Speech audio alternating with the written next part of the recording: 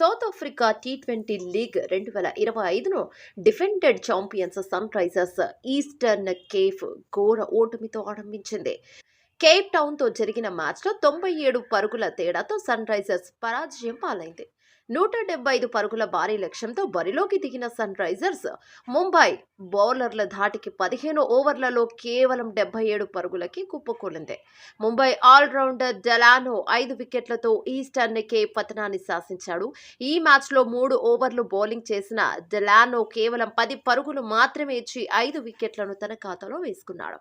అతడితో పాటు Trent Boult 2 వికెట్లు సాధించారు. సన్ రైజర్స్ బ్యాటర్లలో కెప్టెన్ మార్క్రమ్ 19 టాప్ స్కోరర్గా నిలవగా మిగతా బ్యాటర్లంతా పూర్తిగా తేలిపోయారు. అంతకుముందు టాస్ ఓడి తొలుత బ్యాటింగ్ చేసిన ముంబై కేప్ టౌన్ నిర్ణీత 20 ఓవర్లలో 7 వికెట్ల నష్టానికి 174 పరుగులు చేస్తుంది.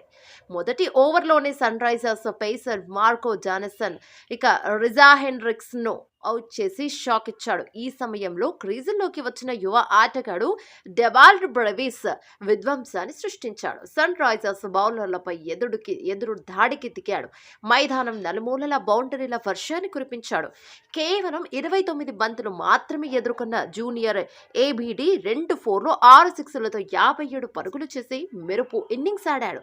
కాగా సౌత్ ఆఫ్రికా టీ20 లీగ్లో సన్ రైజర్స్ జట్టుపై ముంబైకు ఇదే తొలి విజయం కావడం గమనార్హం. గత 2 సీజన్లలో ఒక్కసారి కూడా సన్ రైజర్స్ పై ముంబై విజయం సాధించలేదు. ఇక ఆల్ రౌండ్ షోతో అదరగొట్టిన పోర్ట్ గీటర్ కు player of the match award దక్కింది.